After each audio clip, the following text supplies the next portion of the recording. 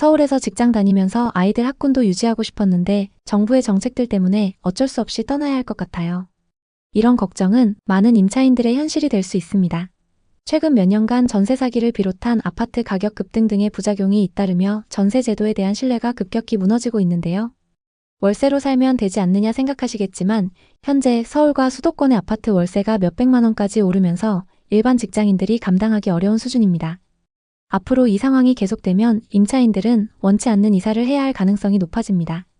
서민과 중산층들을 사지로 내모는 꼴이 될 수 있습니다.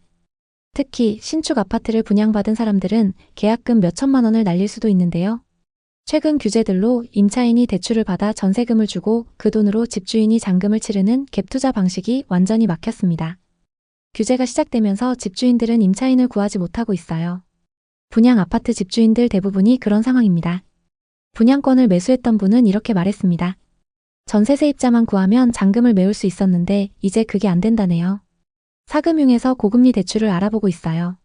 그렇게 되면 이자만 매달 수백만 원이 나가요. 새 아파트 하나 분양받는 게 평생의 꿈이었는데 이건 너무한 거 아닌가요? 수많은 가족들의 생계를 위협하는 상황입니다. 새 아파트를 분양받기 위해 여지껏 돈을 모아왔는데 이제 그 집 때문에 버티기 어려운 상황이 됐습니다. 또 이주비 대출 규제도 문제가 많습니다.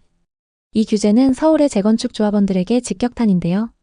기존과 같이 가구당 15억, 20억 가까운 이주비를 기대했는데 이제 6억 한도 다주택자는 대출이 완전히 막혔어요. 이주를 코앞에 둔 단지들 수만 가구가 혼란에 빠졌죠. 조합원들은 기존 주택 감정가 대출로 이주비를 마련하려 했는데 이제 그 많은 돈을 다 자력으로 해야 하냐며 절망하고 있어요. 요즘 서울과 수도권 부동산 시장은 말 그대로 패닉입니다. 몇 달 전만 해도 아파트 값이 치솟으면서 지금 안 사면 영영 못 산다는 불안 심리가 시장을 뜨겁게 달궜죠. 강남 3구와 용산 같은 핵심 지역은 최고가 거래가 연일 갱신되며 투자자들의 관심을 끌었습니다. 하지만 정부의 각종 규제가 시행되면서 시장은 벌써부터 하락하기 시작했습니다. 적게는 1억, 2억, 크게는 5억씩 하락한 사례도 보이는데요. 정부 규제의 핵심은 수요와 공급을 모두 억제하는 것입니다.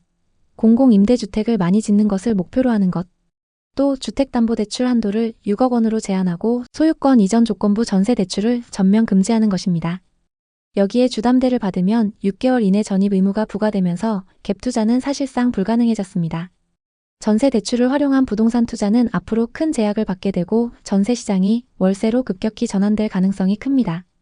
왜 이런 변화가 예상될까요? 전세 대출이 막히면 집주인들은 잔금을 마련하기 어려워지고 임차인들은 전세 계약을 유지하기 힘들어질 겁니다. 결국 집주인들은 전세 매물을 월세로 전환하거나 매물을 시장에 내놓지 않고 관망할 가능성이 높아집니다. 한국부동산원 데이터에 따르면 최근 송파구의 월세 매물 비율이 15% 이상 증가했습니다. 이 흐름은 앞으로 더욱 가속화될 것입니다. 특히 전세로 거주하던 서민과 청년층 그리고 갭투자에 뛰어든 투자자들에게 직접적인 타격으로 다가올 가능성이 큽니다. 전세라는 한국 특유의 주거 문화가 위축되면서 월세 부담이 커지고 투자자들은 자금난에 빠질 수 있습니다. 과연 이 규제가 시행되면 어떤 피해가 예상되는지 구체적으로 살펴보겠습니다. 먼저 40대 초반 최현우 씨의 이야기입니다. 그는 올해 안에 서울 아파트를 갭투자로 매수할 계획이었습니다. 현재 기준 매매는 20억, 전세는 10억 수준입니다. 현우 씨는 전세입자의 전세금을 활용해 잔금을 충당할 계획이었습니다. 성동구는 아직 갭투자가 가능하고 전세 수요도 높아서 안정적이라는 중개사의 말에 큰 기대를 걸고 자금을 마련하고 있었습니다. 특히 전세를 끼고 매수하니 자금 부담이 적다고 생각했죠. 하지만 얼마 전 규제 지역이 확대되면서 그의 계획은 실행이 불가능해졌습니다. 현우 씨는 이렇게 한숨을 내쉽니다. 10년 동안 자금을 마련해서 이번에 사려고 했는데 규제를 이렇게 해버리면 아예 집을 사지 말라는 것 같네요. 다음은 30대 초반 신혼부부의 이야기입니다. 이들은 서울 송파구 가락동에 있는 헬리오시티에 전세로 거주하고 있습니다. 전세 보증금은 10억. 2년 전 계약 당시 전세 대출을 5억 받아서 보증금을 마련했죠.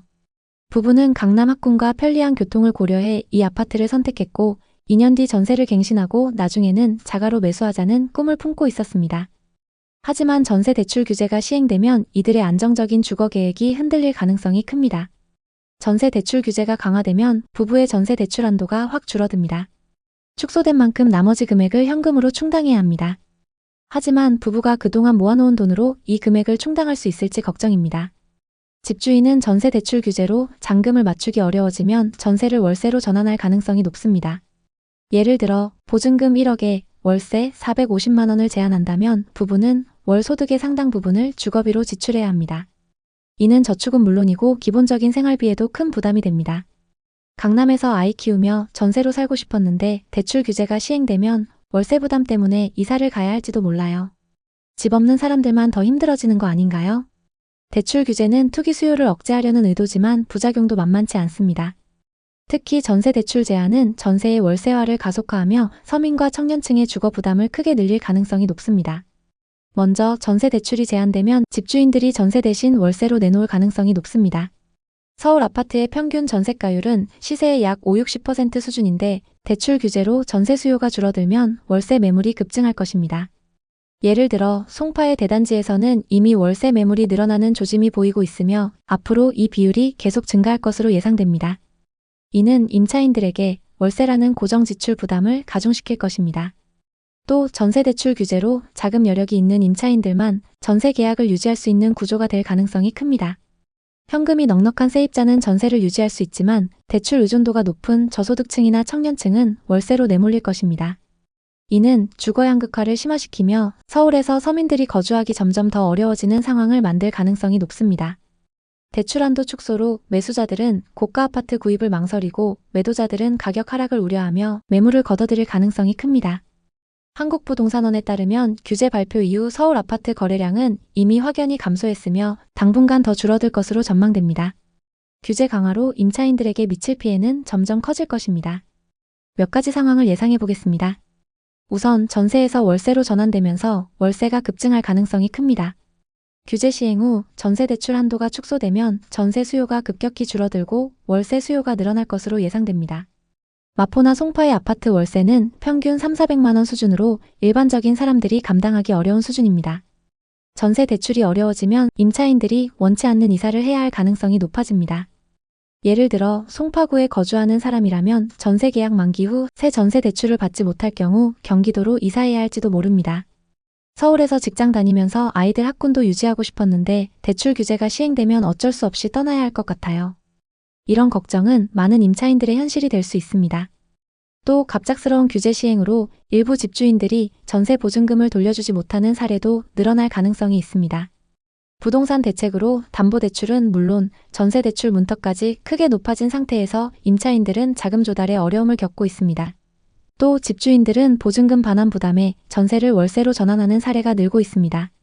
대출 한도 축소로 임대인과 임차인 모두 자금난에 직면한 것이죠.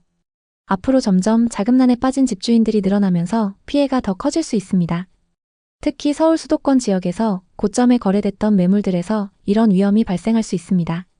전세 대출 규제로 월세 전환의 흐름은 피할 수 없지만 현명한 선택으로 피해를 최소화할 수 있습니다. 첫째, 자금 계획의 재점검. 앞으로 점점 대출 한도가 줄어들 가능성이 크니 본인의 자금 여력을 미리 점검하세요. 전세 대출에 의존하던 분이라면 월세 전환 가능성을 염두에 두고 예산을 재조정해야 합니다. 예를 들어 월세 부담이 커질 경우 저축 계획을 수정하거나 미리 몇 개월치 예산을 확보하는 것도 방법입니다. 둘째, 비규제 지역 고려. 자금 여력이 부족하다면 비규제 지역으로 눈을 돌려보는 것도 전략입니다. 동탄, 구리처럼 이미 풍선 효과로 오르고 있는 지역도 있다고 하니 잘 살펴보시는 것도 좋습니다. 셋째, 전세 계약 시 주의. 전세 계약을 할 때는 집주인의 자금 상황과 부동산 등기부를 철저히 확인하세요. 규제 시행으로 전세 사기 위험이 높아질 수 있으니 전세 보증보험 가입 여부를 꼭 확인해야 합니다. 넷째, 장기적인 주거 계획. 전세의 월세화가 가속화될 가능성이 크니 장기적으로 자가 마련을 목표로 하는 것이 중요합니다. 여유 자금이 부족하다면 정부의 공공주택 확대 정책이나 청약 기회를 적극 활용해보세요. 연속된 부동산 규제와 앞으로 시행될 추가 규제들은 서울과 수도권 부동산 시장에 위기와 기회를 동시에 만들 것입니다. 전세 대출 규제로 인해 서민과 청년층의 주거 부담이 커질 가능성이 크지만 시장이 조정 국면에 들어서면 새로운 기회도 열릴 수 있습니다. 예를 들어 매물이 늘어나고 가격이 조정되는 지역에서는 현금 여력이 있는 분들에게 매수 기회가 될 수 있죠. 앞으로도 여러분께 시장의 정확한 정보와 가짜 정보를 잘 구분해서 전달드리겠습니다. 여러 규제와 전세 제도의 변화 속에서 여러분이 현명한 선택을 하실 수 있도록 늘 정확한 정보를 전달드리겠습니다. 오늘의 이야기에 공감하셨다면 구독과 좋아요를 눌러주세요. 끝까지 시청해주셔서 감사합니다. 다음 편엔 더 좋은 내용으로 찾아뵙겠습니다.